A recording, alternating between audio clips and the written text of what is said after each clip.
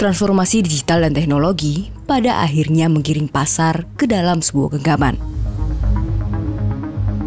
Belanja kebutuhan kian mudah tanpa perlu keluar rumah. Komunikasi dan bekerja juga bisa dikerjakan di rumah dan di mana saja.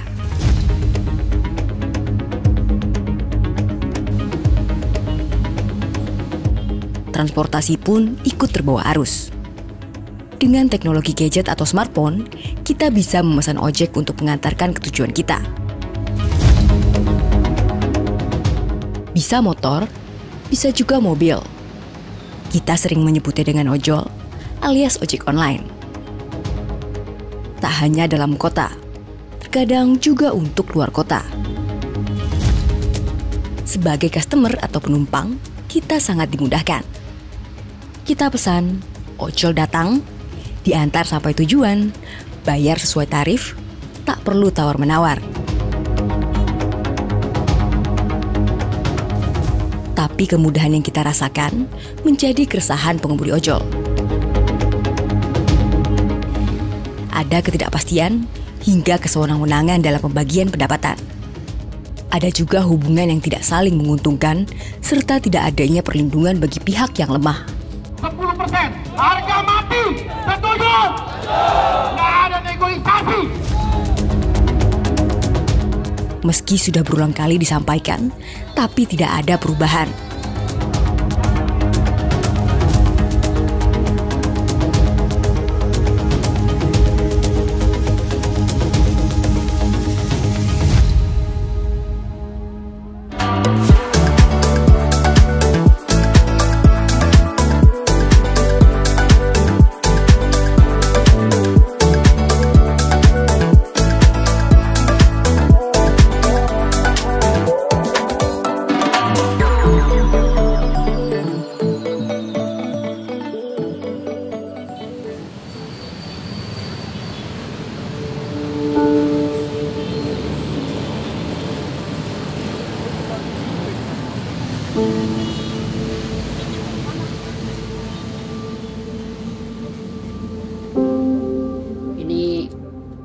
Aplikator yang saya sayangin, yang saya cintai, Mbak. Dari tahun 2015 sampai detik ini, saya nggak pernah punya aplikasi yang lain. Agustus 2024, kami merekam aktivitas Dewi Anggraini sebagai pengemudi ojol. Kan dulu, Mbak.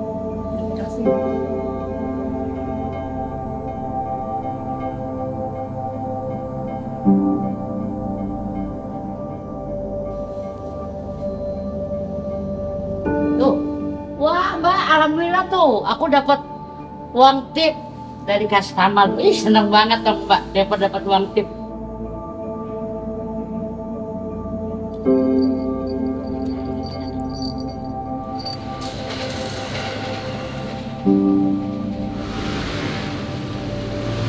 Bapak tadi ngebul, belum punya duit buat benerinnya.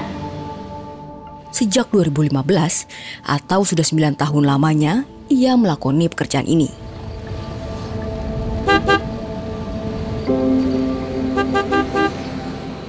Kalau siang tuh saya jarang dapat orderan. Jadi terbalik ya. Kalau orang aktivitas biasanya pagi sampai sore atau sampai malam, saya balik.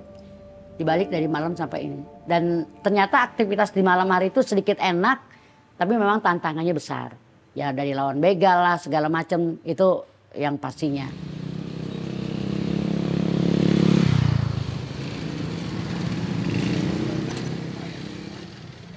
Saya sendiri mendapat gelar sebutan dengan sebutan Ratu Aspa, bukan pengen sok-sokan dapat nama, enggak. Bukan satu kebanggaan, dan itu pun juga bukan kita yang minta ya. Itu dari teman-teman sendiri yang mengatakan. Karena apa? Karena saya kesana kemari sendiri. Bapak bikin kopi dong. Tengah malam saya pernah dapat orderan. Dari Kelapa II ke Cilengsi. Posisi waktu itu mau posisi makan sahur, Mas. Bulan puasa. Saya dapat orderan mie gacoan. Alamatnya notif dari customer, Bu, itu posisinya di depan kuburan dan ada lapangan voli. Alamatnya ini. Saya jawab ke customer, itu depan rumah ibu saya. Posisi alamatnya. jam 2, jam 3 saya sampai, saya share ke teman-teman. Bun awas takutnya notif fiktif. Saya jawab, kalau memang ini orderan fiktif berarti apesnya saya. Tapi kalau memang ini orderan bener-bener orderan yang saya harus sampaikan dan di sana ada customernya, berarti ini rezeki mak gua. Saya anterin, oh ternyata nggak jauh dari rumah ibu saya. Saya anterin order aja, saya terima. Saya mampir ke rumah ibu saya. Uang itu saya kasih ke ibu saya. Ya karena lu lawan arah. Hujan di situ hujan. Kalau di sini kan kagak. Usia saya udah 53, cucu 9 mas. Tapi saya masih tetap berjalan di jalanan cari nafkah. Ibu saya mengatakan,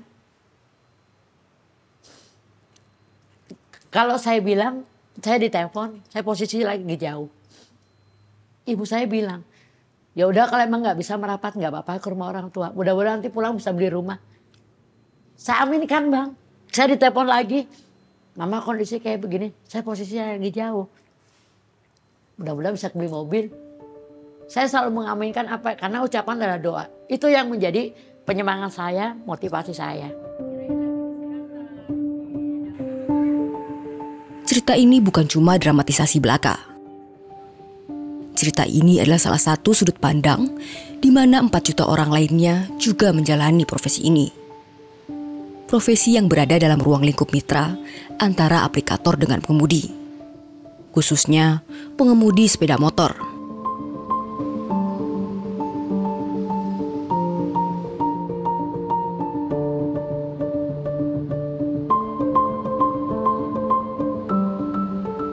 Merujuk dari konsep mitra, pihak yang tergabung di dalamnya bertemu untuk mewujudkan tujuan yang sama.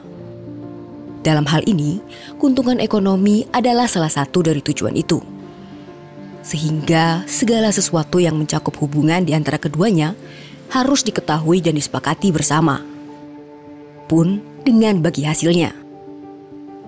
Akan tetapi, mitra yang terjadi antara aplikator dan pengemudi berbeda. Ini adalah salah satu ketentuan dan layanan yang ada di salah satu aplikasi ojol. Jika dicetak, jumlahnya sekitar 150 halaman ukuran A4. Ketentuan di sini menegaskan bagaimana pihak lain harus menyetujui apa yang sudah ditentukan. Sekali lagi, harus menyetujui. Dan ini ditegaskan di akhir kalimat. Pihak aplikasi berhak untuk menambah, mengubah, atau menghapus pedoman ini setiap saat tanpa perlu pemberitahuan sebelumnya. Jika Anda tidak menyetujui perubahan apapun, Anda harus berhenti menggunakan platform dan layanan kami.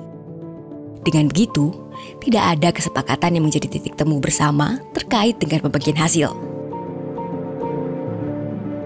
Jika Anda membuka syarat dan ketentuan sebagai mitra di aplikasi lainnya, tidak ada juga ruang yang diberikan kepada pengemudi dalam menentukan bagi hasil.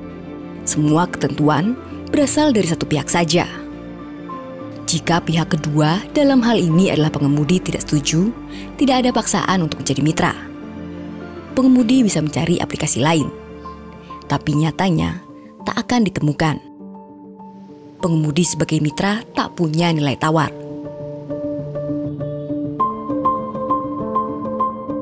Mari kita lihat Permen Hub tahun 2019 ini. Dalam menentukan biaya jasa oleh pihak aplikasi harus dibahas dengan pemangku kepentingan. Siapakah pemangku kepentingan di sini yang dimaksud?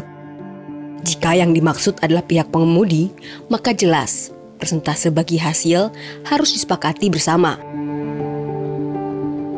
Bagaimana kenyataannya? Bagi hasil atau potongan untuk pihak aplikasi dinilai sewenang-wenang. Demo pun dilakukan sebagai bentuk protes dan kritik kepada pemerintah serta pihak aplikasi.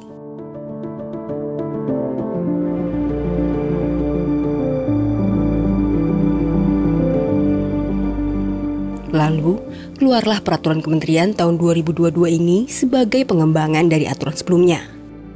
Salah satunya, menetapkan biaya jasa aplikasi paling tinggi, yaitu 15%.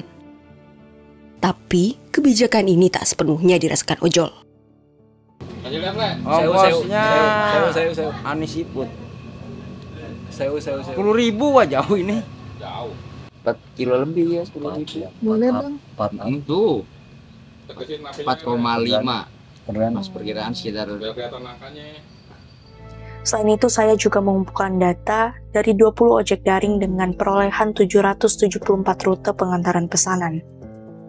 Dari hasil pengolahan sampling data dengan total 34 transaksi Gojek dan 40 transaksi Grab, ditemukan 12 transaksi GoRide lebih dari 15% potongan aplikasi dengan persentase tertinggi mencapai 37%. Kelanjutannya bisa Anda saksikan pada film Ojol Ditodong aplikasi.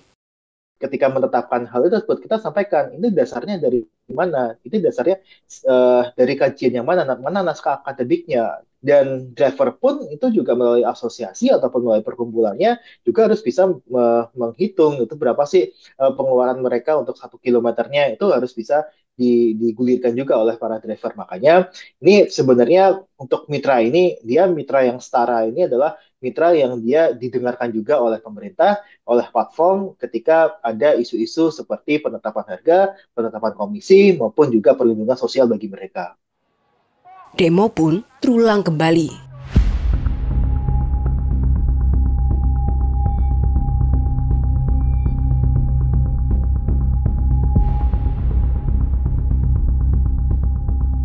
Kami kerja jadi ojek yang bakal tulang keluarga. Betul atau tidak? Betul atau tidak? Jangan mengayomi aktor-aktor yang bermuka dua. Kami diadu domba melawan kaki. Tapi Bapak tidak pernah sadar kalau itu semua adalah ulah mereka sendiri. Pak, Yang dilindungi bukan kita-kitanya. Padahal dulu zamannya Bapak Jokowi pengen naik, Menteri si A pengen naik. Mas, 2018 ada acara di Sentul namanya Forgap. Itu pada saat Bapak Prabowo mau naik. Ya, itu suaranya suara ojol Mas yang dipakai. Beliau punya janji kepada para ojol untuk mensejahterakan ojol. Mereka punya janji untuk tidak menindas adanya ojol.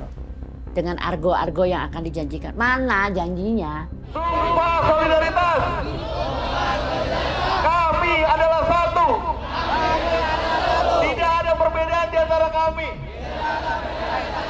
Dan kami tidak pernah menolak atau menyerah. Dan kita mendorong bahwa untuk driver ataupun ya mitra transportasi online itu juga bisa mempunyai lebih dari satu aplikasi. Artinya adalah ketika memang harga yang ditawarkan oleh Grab itu lebih tinggi pada saat itu, mereka bisa memilih Grab. Ketika harga yang ditawarkan Gojek lebih tinggi, mereka bisa memilih Gojek. Atau mereka bisa memilih Maxim ketika harga yang ditawarkan lebih tinggi. Makanya ini yang kita lakukan adalah kampanye mengenai ya mitra driver itu dia tidak boleh dilarang untuk memiliki lebih dari satu aplikasi di device mereka. Saya sampai detik ini pun masih sering banyak teman mengatakan, apa enaknya di Gojek sih? Ya, lu sampai bertahan tidak punya aplikasi yang lain. Saya nggak punya aplikasi yang lain Mas. Baru mau coba berkhianat.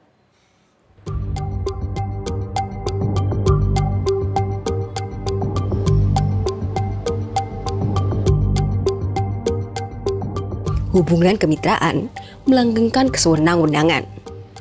Pemerintah tak benar-benar mengawasi. Membahas mitra bisa dikaitkan dengan gig ekonomi.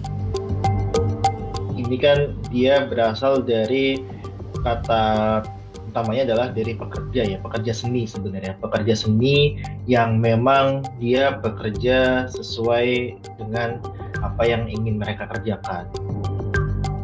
Yang paling kita takutkan adalah ada eksploitasi, bahwa ketika ini diombang-ambingkan ke Kementerian A, Kementerian B dan sebagainya, itu ada takut eksploitasi. Jadi kita takutkan ada eksploitasi yang dialami oleh teman-teman dari pekerja gig.